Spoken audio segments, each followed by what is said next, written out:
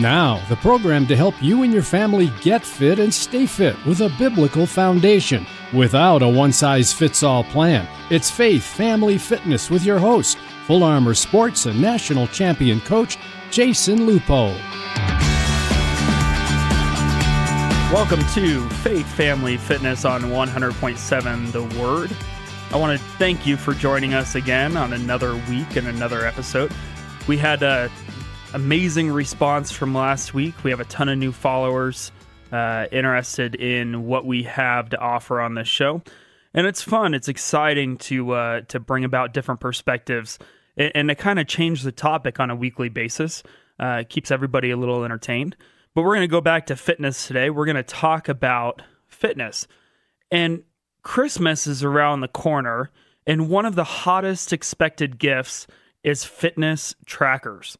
So we expect to see a lot of Fitbits, Garmin watches, Apple watches, anything that tracks fitness to be sold at Christmas time. It was a hot topic item on Black Friday as well. So we saw a lot of movement in those products. So I have two disclaimers for this show. The first one is this: if you are going to start an exercise program, please make sure that you consult your physician first. That's to make sure that we don't end up in court. Make sure that you consult your physician. The second is this: if you plan on buying a fitness accessory, fitness tracker, fitness products for your spouse this Christmas, nothing says you need to lose weight like buying your husband or your wife a Fitbit. So you should probably have that conversation before you decide to give that gift. Make sure it's something that they want, because we don't want any relationships destroyed over this show. So make sure that you're not giving gifts of fitness accessories if that's not something that somebody's into or has any interest in, because nothing says you need to lose weight like giving your spouse a Fitbit. So with that being said, we're going to get into heart rate zones today. We're going to get into the energy systems. We are going to talk about what we do at Full Armor Swim Team and what I've done in the past as an endurance coach when it comes to training with heart rate zones, when it comes to endurance training. We've talked a lot about the strength components on this show recently and strength training for youth athletes, all that stuff. If you've missed any of those episodes, go back, listen to them. We're on Apple Podcasts, Spotify, Pandora, all the podcast providers. Just look up Faith Family Fitness. You'll see a picture of my beautiful bearded face. Click on that link, listen to our show. It's great. It's fun. Anyways, we're going to take a brief timeout. When we come back, we're going to talk about fitness training. We're going to talk about the aerobic system, anaerobic system, and all the fun heart rate zones and lactic acid and all that fun stuff. So join us after this brief timeout, and we'll be talking about that. Thanks for listening to Faith Family Fitness, a presentation of Full Armor Sports Teams. Teamwork is at the core of any successful organization. Full Armor Sports, led by national champion coach Jason Lupo, is now registering for school year sports programs. Full Armor is a multi-sport teaching and training organization with homeschool options available. All of Full Armor sports coaches are certified and experts in their field. Full Armor's coaches combine for over 500 years of coaching experience. They will help your kids gain fundamental skills, the concepts of teamwork, essential to being successful throughout their lives. Multiple sports options are available now, from swimming, softball and volleyball, to powerlifting and youth MMA. The faith-based approach to making sports fun and productive are a great choice for your kids at Full Armor Sports Teams. Learn more at fullarmorsportsteams.com. Welcome back to Faith Family Fitness on 100.7 The Word. Today's topic is aerobic training, anaerobic training. We're talking about heart rate zones because we know that many of you have Fitbits. Heart rate has become a common tool that is used in the everyday world. It used to be back when I was a cyclist. Heart rate monitors, things like that were kind of still new to the vast public. Everybody was starting to get them. Now it's even more common because we get our heart rate through our Apple Watches, and we even have phone apps where you can go and buy a heart rate monitor and it'll connect with your phone, and so you can see your heart rate there. So heart rate has become way more popular, and it's become a part of our society. It's become a part of our fitness journeys because it's so easy to get now. It's inexpensive. It's become much more affordable, much more readily available. So we're seeing heart rate monitors come into play a lot in the fitness industry. And we can trust to a certain degree what zones, heart rate zones, and everything that our Fitbit tells us we're in and all that stuff. I don't have a Fitbit. I don't like things around my wrist. But I've got a heart rate monitor strap that I've used. I still have it. I still use it if I'm training. And so it's become more readily available. We need to know, I think everybody should know what those heart rate zones really mean and how we should be using them. So how often do we hit it? Things like that. So that's really the topic of today's conversation, is what do we do with these heart rate monitors? So the first thing that we have to discuss is the fact that we have 3 energy systems in our body.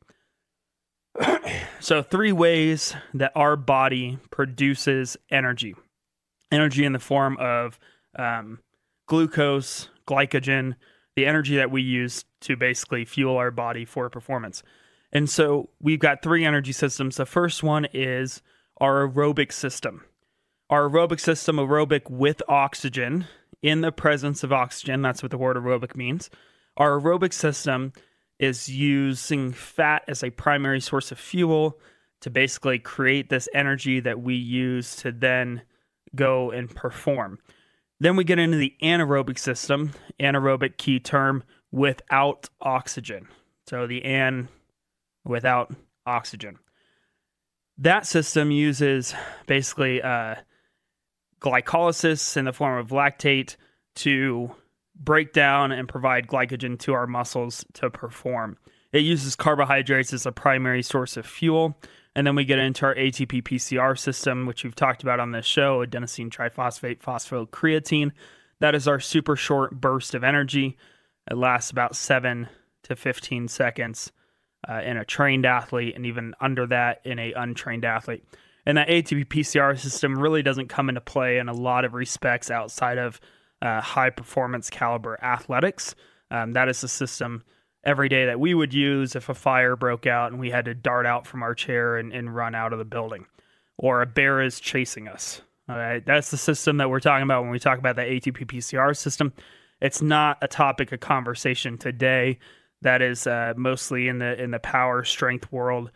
Maybe you get into it with your 100-meter sprinters on the track, but truly at the end of the day, we're not going to touch it in the general fitness world. So we're not really going to talk about it today.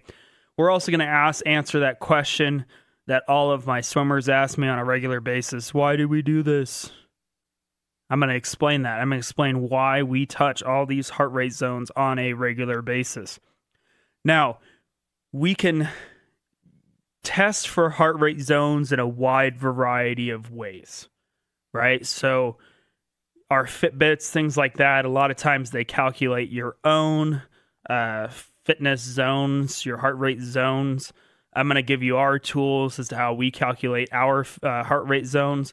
But some of the stuff that we get into becomes kind of a guessing game unless you take higher steps and more advanced equipment to figure out. When we talk about ventilatory threshold, that really includes testing for gas exchanges, CO2 and O2. You can only do that with specialized equipment. We are actually getting that equipment shortly here in Colorado Springs. We don't have it yet, and we should have it in the next couple weeks. And then we have lactate threshold. Okay, lactic acid threshold requires a pinprick, needle prick of the finger, or they can even use the earlobe. And then basically you test that blood to measure the lactic acid in the blood and the acidosis. So we're kind of taking a guessing game when we don't have that specialized equipment. But for most people, the specialized equipment is not a necessity. So a lot of times you look online and you go, okay, we're going to find heart rate zones. Heart rate zones, they try to make it as simple as possible. You can do the 220 minus age theory of your max heart rate. I can't stand that process of just minusing age from your heart rate to find your max. I don't think it's accurate. If you are a healthy individual that has gone through some decent training and has an aerobic base, which means that like you're not going out tomorrow to try this. Please, if you have not been training for at least 2-3 months, don't go home and try this. But if you've been training for a while, the best way to get your maximal heart rate is to reach your maximal heart rate. That's how we get the most accurate number. So if you're in a trained state, make that very clear. If you're in a trained state, this is not your first workout. This is not the first thing that you're going to do. Find a hill, run up it as fast as you can for a solid minute, and see what that max heart rate really is. This is as fast, maximal effort as you can. You can do it on a bike as well, right? Ride as hard as you can for a minute. That's going to give you your maximal heart rate. You're really trying to take it to the point where you feel like you're going to pass out. That's where you're at your max. And that's why I say don't do this if you're in an untrained state, because it doesn't matter. We're just trying to get you fit at that point. Go back, listen to our episode on the active couch potato, right? Go back, listen to some of our other episodes first, get a base of training, and then try it. For our resting heart rate, the best way to do it is sleep. We're finding your lowest heart rate in your sleep pattern, in your sleep cycle. So it kind of becomes tricky if you don't have one of those Fitbit wearables, or if you don't wear it at night. You might have to wear it one night. But your resting heart rate, the lowest heart rate that you have, is number one, a really good indicator of fitness. We've used it as an indicator of fitness in the past. And we've also used it as a tool to measure recovery. So if you have a Fitbit, if you have a heart rate monitor, and you use it on a regular basis when you're sleeping, it gives us really good tools. So as you get more and more fit, your heart becomes more and more efficient. Your body systems become more and more efficient at doing jobs.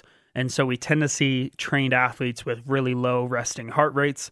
That's because their heart is trained up. Everything is trained up to where their heart doesn't have to beat as much to provide the amount of oxygen that their body needs. And so we see lower resting heart rates as you become more and more trained.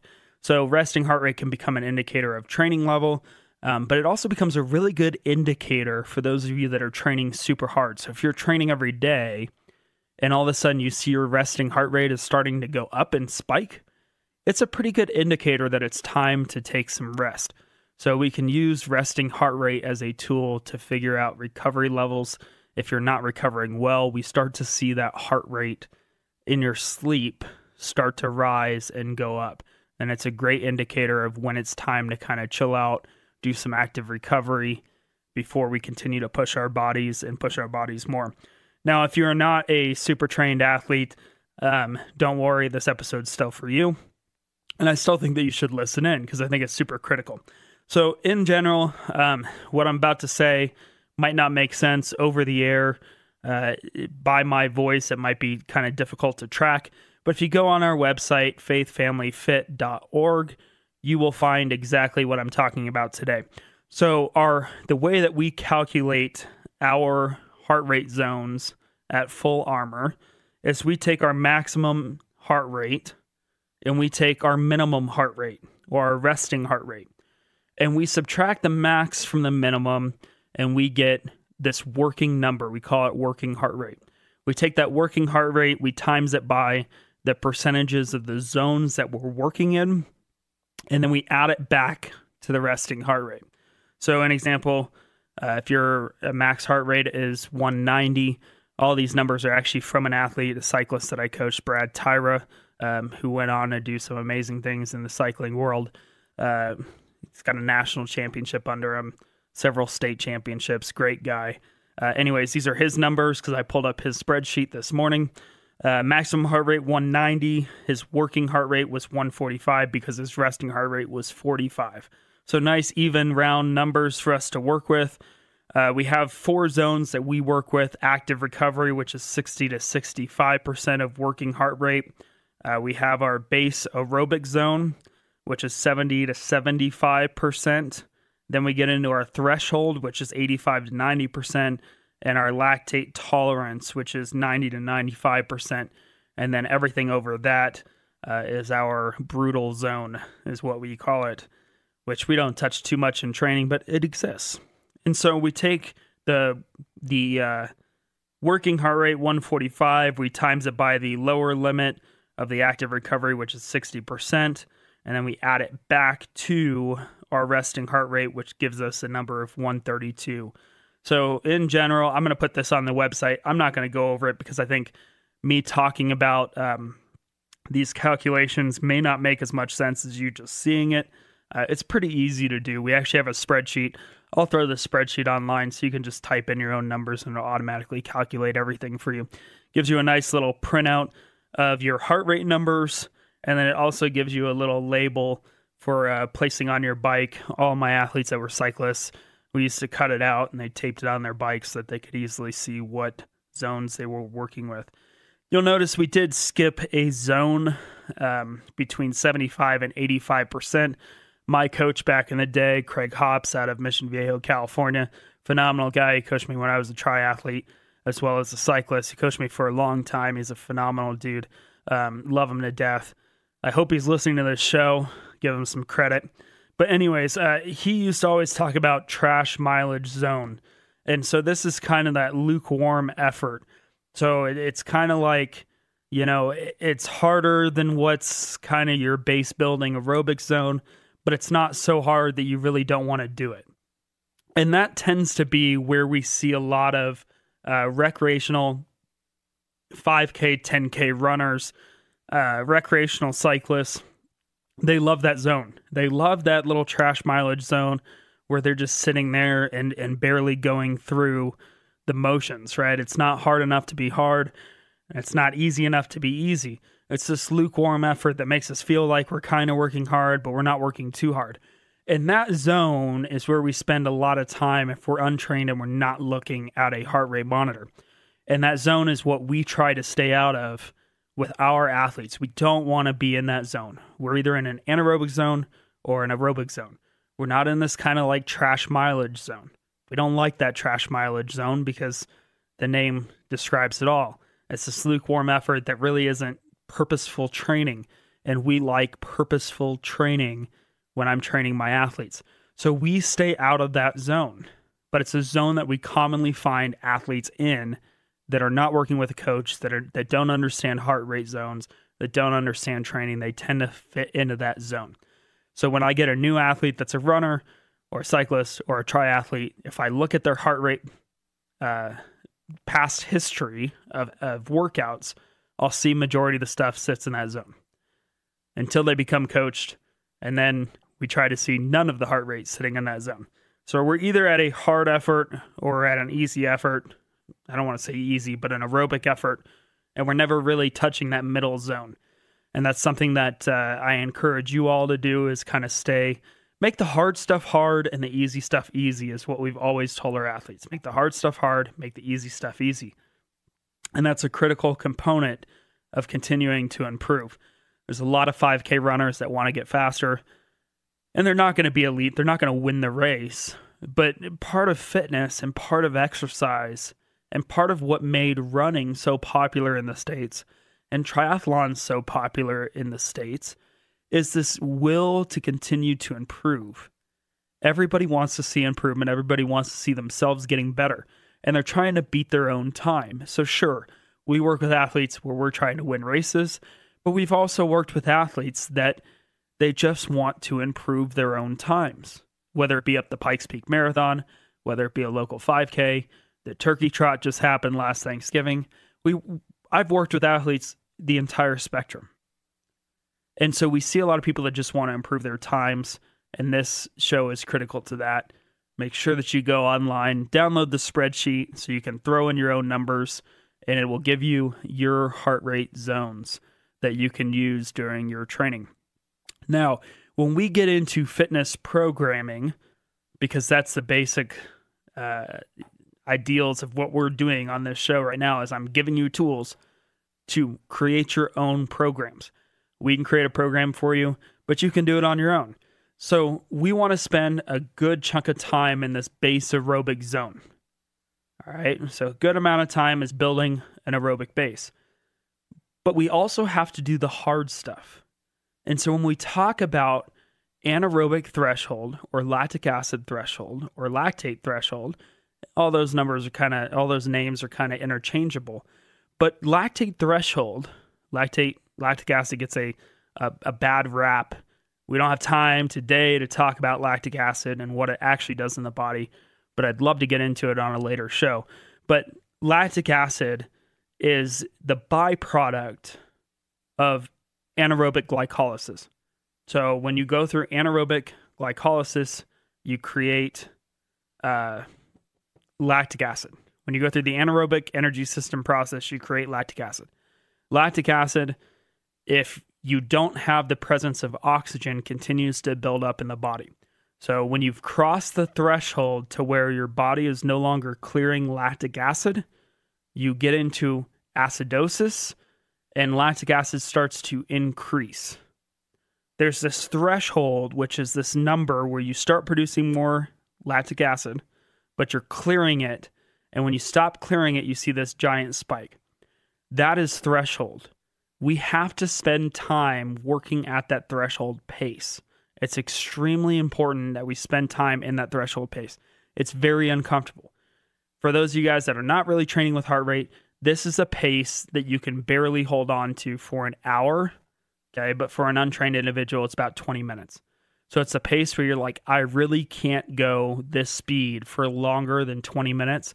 That is your threshold. That's the easy way of defining where our threshold lies. So when we get into this threshold training, we need to hit it a couple times a week.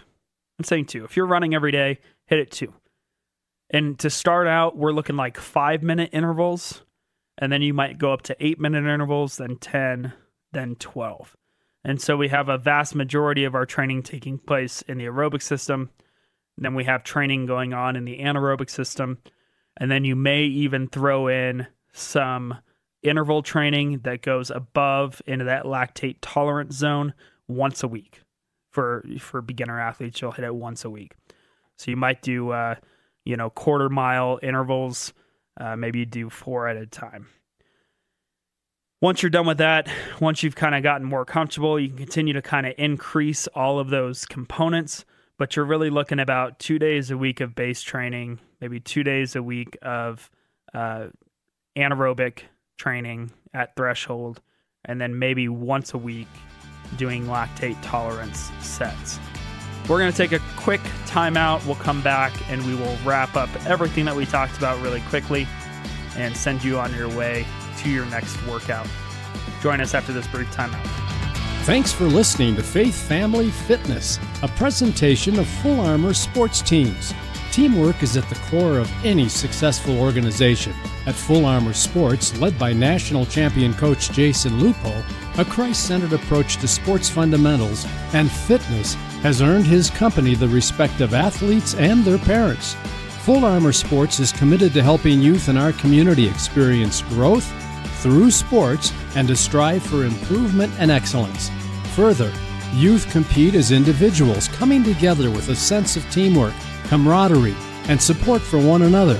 At Full Armor Sports, the reality is achievements, failures, wins, and losses eventually fade away. But the bonds team members form through competition evolve into relationships lasting forever. Learn more at fullarmorsports.com. Welcome back to Faith Family Fitness on 100.7 The Word. Today's topic of conversation was heart rate zones and aerobic training. Basically, the takeaways today are 2 things. Number 1, make the hard stuff hard and the easy stuff easy. And number 2, make sure that we are spanning all of our heart rate zones in training, that we are not just focused on one element or the element, that we're crossing the spectrum of all of our training zones, all of our heart rate zones. Thank you for joining us on Faith Family Fitness. This is 100.7 The Word. Find us online at faithfamilyfit.com. And as always, check out fullarmorsportsteams.com if you want your kids to be involved in terrific youth sports programs. Thank you for joining us. We'll see you next week, 9 a.m. on Saturday. This has been Faith Family Fitness with Coach Jason Lupo of Full Armor Sports Teams of Colorado Springs. Join him at the same time next week for Faith Family Fitness on The Word 100.7.